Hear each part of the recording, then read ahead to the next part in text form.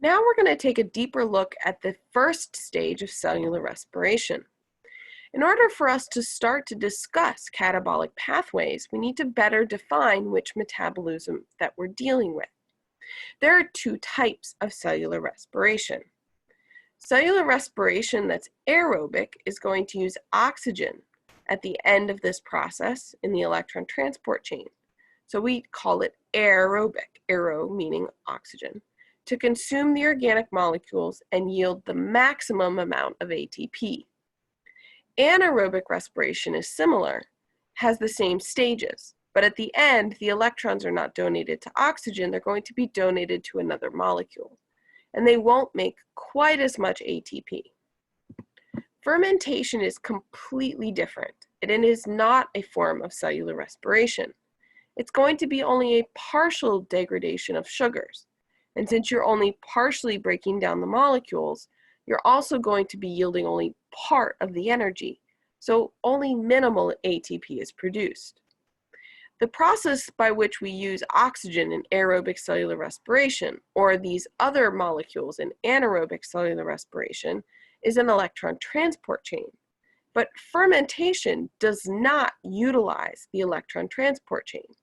So cellular respiration utilizes an electron transport chain and can come in one of two forms, aerobic or anaerobic.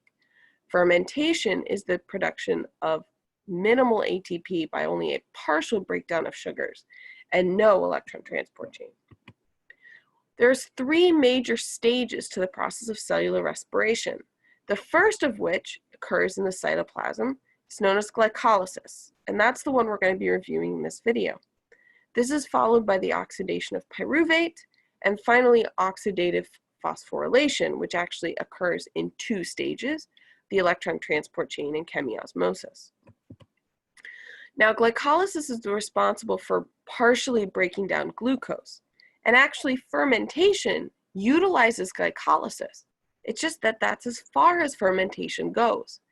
Cellular respiration is going to continue after glycolysis by doing the pyruvate oxidation and finally oxidative phosphorylation or some other form of electron transport chain if it's anaerobic cellular respiration. Throughout this process, there are two methods by which we produce ATP.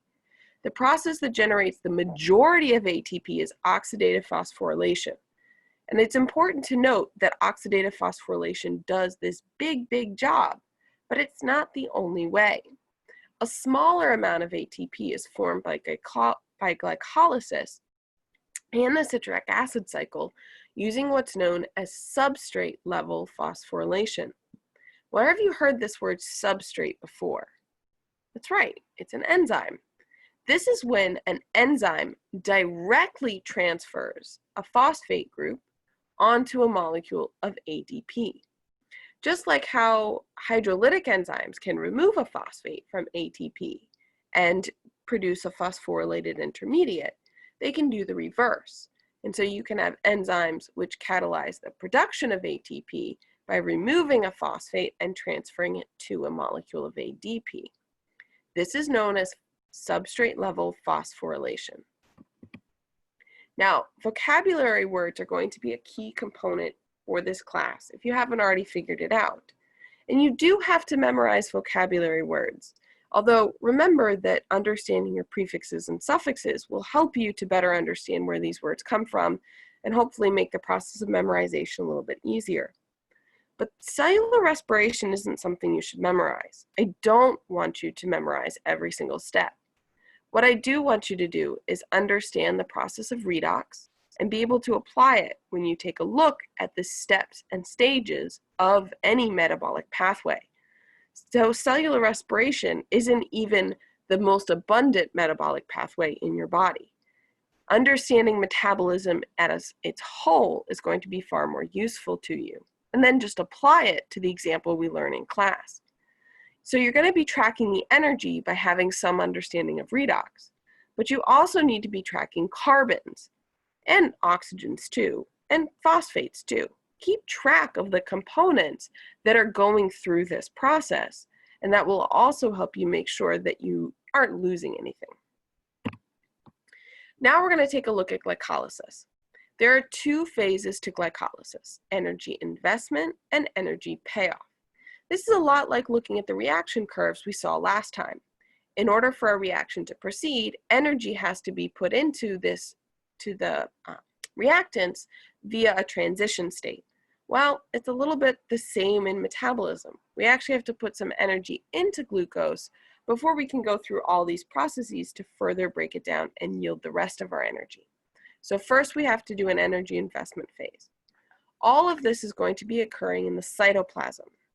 Although we typically think of cellular respiration and we think about the mitochondria, remember that prokaryotic cells have no membrane-bound organelles, which means that they don't have mitochondria. But they still have to have a metabolism. Bacteria still have to grow. And so this process of cellular respiration and glycolysis specifically still has to be able to occur. So glycolysis is going to be something that occurs entirely in the cytoplasm. And since the cytoplasm is a basic component of all living things, that makes it available to all living things.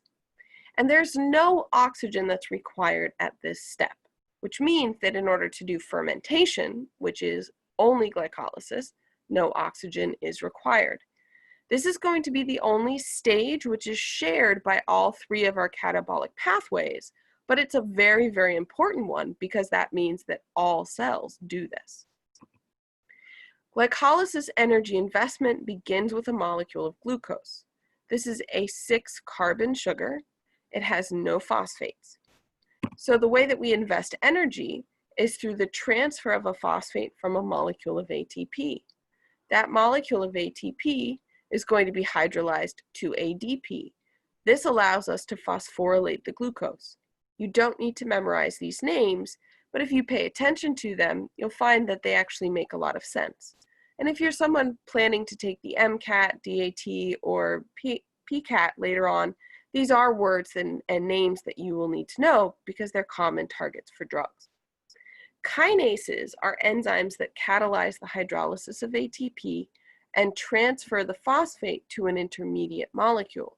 So here, in this case, we're using an enzyme hexokinase. Onto this glucose, which already has one particular phosphate, we're going to rearrange the molecule, creating a symmetrical molecule, and that symmetry allows us to attach a second phosphate using the same thing. Now here's a word that I do want you to know. This is your first enzyme name. This is phosphofructokinase. Pay attention to our molecule. This is fructose 6-phosphate. So that's where the name fructokinase comes from. Kinases transfer phosphates. So it's going to be transferring a phosphate onto this version of fructose. And since it's the phosphate and the phosphorylation, it's a phosphofructokinase. Now, we have a symmetrical molecule with 6 carbons and a phosphate on carbon 1 and carbon 6. So we're actually going to split this molecule down the middle, creating 2 3-carbon molecules, each with one of the phosphates. Notice we didn't create any carbons, we didn't subtract any carbons, we didn't create any phosphates or subtract any phosphates. We just split our 6-carbon 2-phosphate molecule into 2 molecules. We call each of these molecules G3P for glyceraldehyde 3-phosphate. Don't worry about the second name here. Technically, when it gets split, it's a slightly different chemical structure, but that structure gets changed into G3P in order for it to proceed metabolically anyways. Here's the name of your second enzyme, triose phosphate dehydrogenase. Tri means 3.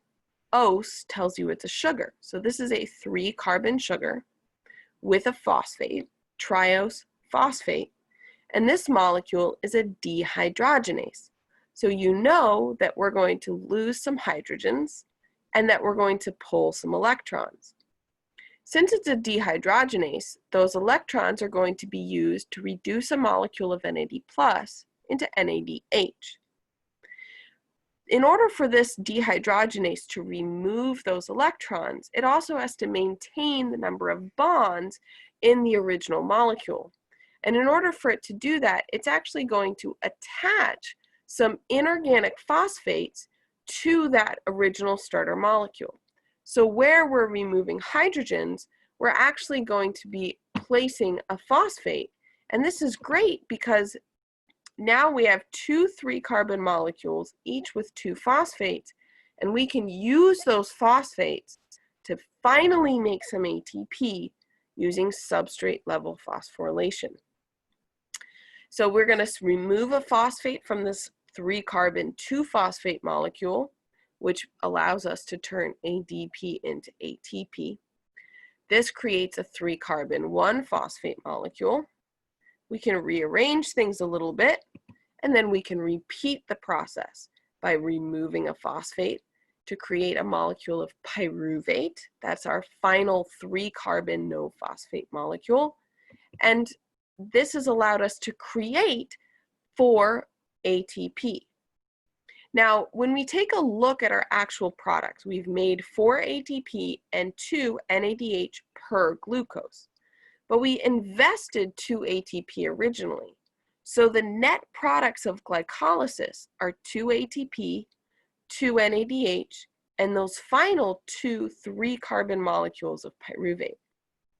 Although you are going to be seeing molecules in this form, full chemical structures, I'm not going to ask you to draw or be able to do anything more than count the number of carbons and count the number of phosphates in molecules like this.